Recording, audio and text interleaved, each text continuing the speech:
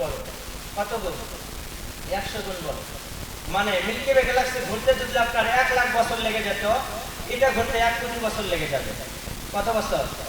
1 কোটি বছর। এটা ছিল জেলা, তাহলে একটা রাজ্যের দরকার আছে না? এদের একটা রাজ্য আছে, Virgo super cluster. Virgo super cluster এর যে আয়তন, এটা 1 কোটি না, 11 কোটি।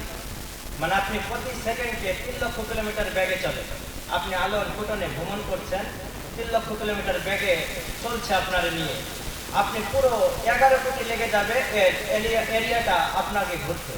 11 কোটি বছর প্রতি সেকেন্ডে 3 লক্ষ কিলোমিটার বেগে চলার পরে।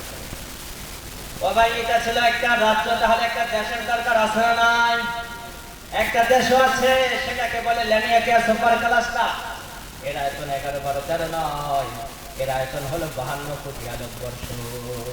মানে আপনি যদি প্রতি সেকেন্ডে 3 লক্ষ কিলোমিটার বেগে চলেন, এই ল্যানিয়াকিয়া সুপার ক্লাস্টার ঘুরতে 52 কোটি বছর লেগে যাবে।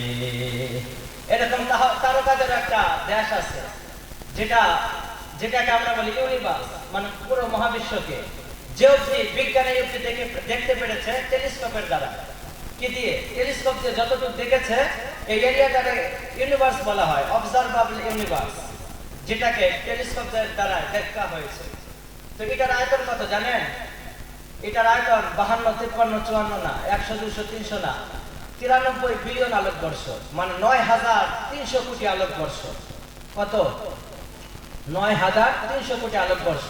মানে পুরো ইউনিভার্সটাকে যদি আপনি ঘুরতে চান, 9300 কোটি বছর লেগে যাবে প্রতি সেকেন্ডে 3 লক্ষ কিলোমিটার বেগে চলার পরে। এই তারকাগুলোর কথা মনে হয় কোরআনে নাই? আছে কোরআনে? বলেন আছে? কোরআনের মধ্যে